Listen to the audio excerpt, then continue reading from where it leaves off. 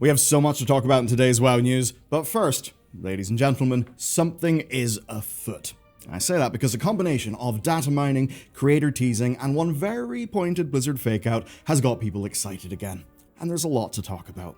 So, let's get into the news. After Holly's fake-out announcement at the State of Warcraft, we thought it would be Classic Plus in September, which felt like a bit of a long time to wait. And maybe Blizzard agreed because a stack of creators went for a trip back to the Orc statue in Irvine. Esfand has been posting about the Dark Portal never opening, and basically every Classic creator has been gearing up to something. Now naturally, that's kicked off the usual round of Reddit leaks, fake leaks, maybe real leaks, and people pinning little bits of string to the wall trying to work it all out. So, rather than get lost in whatever somebody's uncle apparently heard from a friend, let's just talk about what's actually there and what's actually concrete. So, back when patch 12.05 hit the PTR, data miners found a bunch of odd things. Skyborne housing decor. There's a wind well, wind chimes, a banner, curtains, a pillow. They're light blue, they're wind-themed, they're very elven-looking items, and they've got file names such as 12ph shop Skyborne. So, on its own, that's not really proof of much. It could just be a shop bundle, a trading post thing. It could be an ordinary bit of housing decor with a name that just sounds more important than it is, and that kind of thing can happen. But what happened afterwards was more weird, because mentions of the Skyborne items actually vanished. They vanished from Wowhead and MMO Champion. Public pages or posts that had referenced them became unavailable or just disappeared from normal view. Then, the related model and texture files appeared to have been encrypted. Now, that is not normal behavior. That's what we call a cover-up. Because data mined items appearing is completely normal. Data mined items getting attention is normal, but then them becoming unavailable and encrypted is just a lot more interesting. But it's not just the file name, because there's also the file ID placement. The Skyborne Windwell appears right beside the expansion pre-order style decor wells that we got with Midnight. Some of the texture paths actually seem to predate Midnight, while the actual decor showed up in 12.05. There's a bunch of little clues. So, the cautious take on all of this is Blizzard have the Skyborne housing assets. They were shop tagged, they sat near pre-order style reward assets, people noticed them, and then they just got hidden away. You know, clear up some confusion. Now to be clear, none of this confirms Classic Plus, Skyborne Elves, Playable High Elves, Alliance Shamans, Northuron, or any of that really spicy stuff. Though, I would not be surprised if a bunch of that does end up being real. Now to be clear, this is still us on a big evidence corkboard trying to work out what's going on with all of these clues. What I will say is it does make the theory a lot less silly. And that's because these pieces line up in a way that truly makes sense. So let me explain. The idea people keep coming back to is Northuron, a region where we get high elves, dwarves, griffins, wind-themed stuff, and maybe some Alliance Shaman flavor if Blizzard wanted to go in that direction. Now, any one of those little things is a little thin. A data-mined griffin doesn't mean that we're going to declare Skyborne elves are really a thing. But if you put enough of these things beside each other, I think you can see why people are leaning into it, because it all does sit in the same, roughly speaking, fantastical space, the same theme. And then that all brings us back to Classic Plus. So, Mists of Pandaria Classic still has a bit of runway, so this is unlikely to be some sort of normal, Warlords of Draenor Classic beat. These assets and all the talk. I mean, the Dark Portal not opening is why people think Blizzard are preparing to almost fork the timeline, right? What if Azeroth continued, or there was just more time before the Burning Crusade happened, and that during that time, we could just explore post-Warcraft 3 Azeroth a hell of a lot more. Now, if Classic Plus is about that, about staying in Azeroth and exploring different old world ideas instead of just marching through the same old expansion treadmill, then Northuron and Old Faction Fantasy fit that pitch, honestly, pretty damn neatly, pretty perfectly. So I think a fair read of this is this. Some of this stuff is circumstantial. Some of it is community cope or community hope. Some of it, a lot of it actually, is genuinely odd, especially those shop-tagged Skyborne assets becoming unavailable and encrypted while Classic creators were going back to Blizzard to do some sort of creator summit. Now, Classic Plus is not confirmed. I'd say at this stage, though, it is all but confirmed. Blizzard have been as clear as they can be without pretty much just giving the whole game away. On the one hand, the creator stuff could be Blizzard soliciting feedback, having a chat, and it could be BlizzCon, where we actually see the thing get announced. But also, it is looking like it could be shown off perhaps even sooner than BlizzCon. That may seem like a totally insane thing, but thinking about BlizzCon, there's going to be quite a few things that Blizzard will need to announce there. There's even some talk about, say, that new StarCraft open world game, right? So with all that in mind, maybe they want to space things out a bit. Now, there is one extra wrinkle to this, though. Because if Skyborne is real, then the question is also how Blizzard would sell it to people. And the read here is that these assets are shop tagged, they're sitting near pre-order style rewards, and may be decrypted soon. Now, that doesn't tell us what the product is, but I think it does tell us the overall shape Blizzard will be thinking of, because this is where player housing actually changes up the maths a bit. If players care about wells, banners, rugs, pillows, themed bundles, just stuff for their house, then Blizzard has a lot more things to hand out, and a lot more things to sell. And that's why the Skyborne tag matters, I would say. Because if this ends up being normal shop decor, that's fine.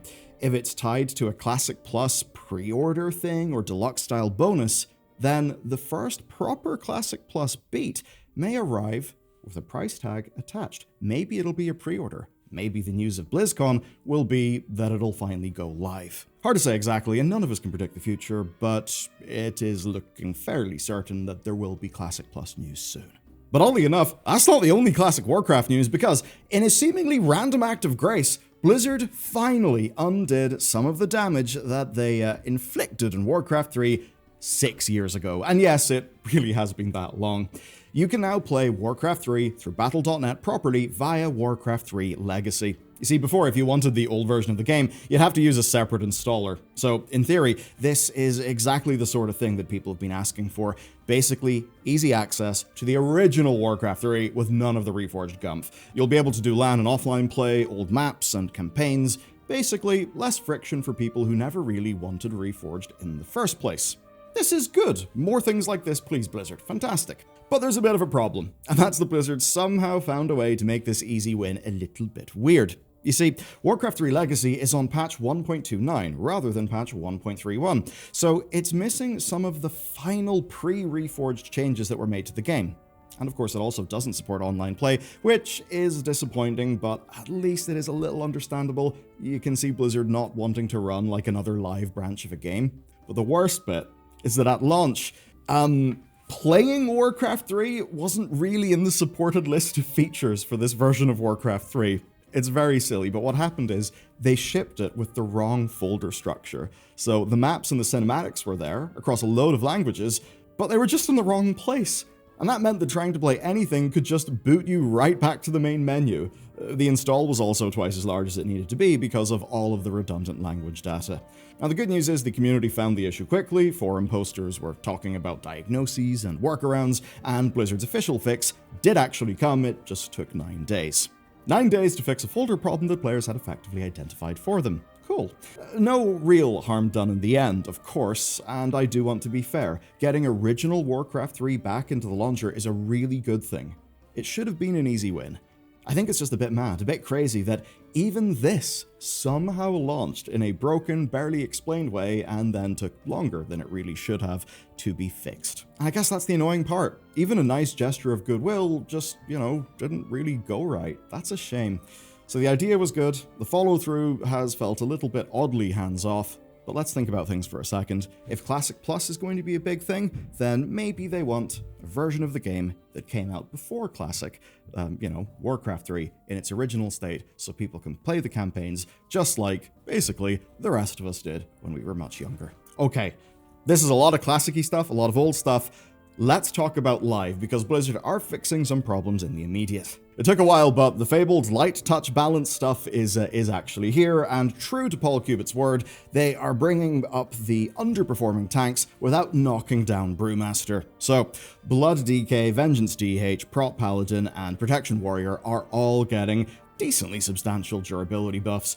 Blood DK gets more stamina, more death strike healing, and stronger Dancing Rune weapon support. Vengeance gets better baseline damage reduction, armor, and stamina. Prot Warrior gets more damage reduction across the places where, well, they would tend to be a bit more squishy.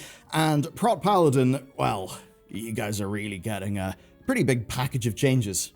Because goddamn, you really did need it. There's longer sentinel uptime, more stamina, stronger low health protection, and a fairly huge improvement to Ardent Defender. And that last bunch of changes really matters because Prot Paladins were feeling the pain majorly. I mean, goddamn, I raided with one for half of the first season before he ended up swapping over to Death Knight, because Prot was in just such a weak state. And if you've been tanking on Prot, this is exactly the sort of pain that you would have noticed. So more duration for things and more damage reduction on your basic, please don't let me die buttons. That's, that's good. Blizzard clearly knows what the pain is. The changes are welcome, and if you're tanking keys on one of these specs, the rest of the season should feel more smooth.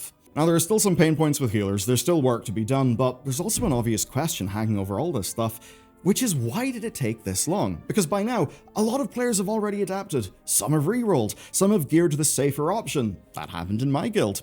Some have just stopped volunteering to be the person who, by being a tank, gets blamed whenever the pool goes sideways. And really, this is where the tank stuff becomes bigger than just the numbers. Tanks know the route, control the pull, they eat the panic whenever something goes wrong. And if the tank role feels undertuned, people will just stop queuing. And that's obviously been something that people have felt with the tank shortage. And I think this is the bit that matters beyond just the patch notes. The sturdier tanks are, the more people will be willing to play them. The shakier tanks are, and the more people will just quietly stop queuing. And basically, the more tanks that queue, the more Mythic Plus groups you're probably going to get. So every tank basically ends up enabling 4 other people to go and do a dungeon. Now, Blizzard already seemed to know that the role is under pressure, and that's because of Lindormi's Glow. It was added in 1205 as an option to attempt to make routing easier. That definitely helps. But I just do not think the tank shortage is something that a small boost on its own will be able to fix. Tanks being sturdier is good. It gives them more room to think about their routing, threat, mob control, stops, positioning, and all of the other team captain things that they're already expected to do. And of course, it'll give healers a bit more room to handle group damage instead of just having to babysit the tank through every pull. So, better late than ever, these buffs should make the rest of the season smoother, and hopefully Blizzard takes a bigger lesson into the next season. If they want more tanks, the role has to feel less punishing to learn and less miserable to play whenever things go wrong, and absolutely, if major changes are needed for tuning, they need to make those changes earlier. Though of course that's not all that's going on with the game. 1207 is on the PTR, testing's going on. It does actually seem like a really cool patch, and we're gonna have videos on really cool things in that patch, like some of the leveling changes and heroic world tier fairly soon. Beyond that though, we're actually seeing the first little rumors and hints and I guess Blizzard server activity stuff suggesting that patch 12.1 is on its way to, at the very least, internal test servers at Blizzard. So whenever 1207 hits live, probably in like, 4, 5, 6 weeks, expect to either already have had the announcement for 12.1 or for it to absolutely be imminent. So, retail's moving, tanks are getting help, Warcraft 3 Legacy is easier to access, classic creators have went to the HQ, and all this Skyborne stuff seems really weird. There is a lot of Classic Plus smelling smoke, and I think that's because there is in fact a Classic Plus fire. I think we'll probably get some news quite soon. But there's one other big thing about the future of the game and where we could be headed, right? So we did this video about Ashara. It was like the last video that went up with the channel, and I think absolutely pivotal video that you should watch. After that though, and after I read through some of the comments, for me, the penny dropped. That basically, what if Ashara is being kept for after the last Titan? What if we are seeing fragments of her gathering power, knowing that basically the Xalatath stuff, the Titan stuff, the Iridikron stuff, all that shit's gonna go, meaning the rest of us will be left weak, and she'll be ready for the future. So if you want to know what's going on there, you have to check out the Ashara video next, and it is literally the link that just replaced my face. So have a click, thanks for watching, and I'll see you over there.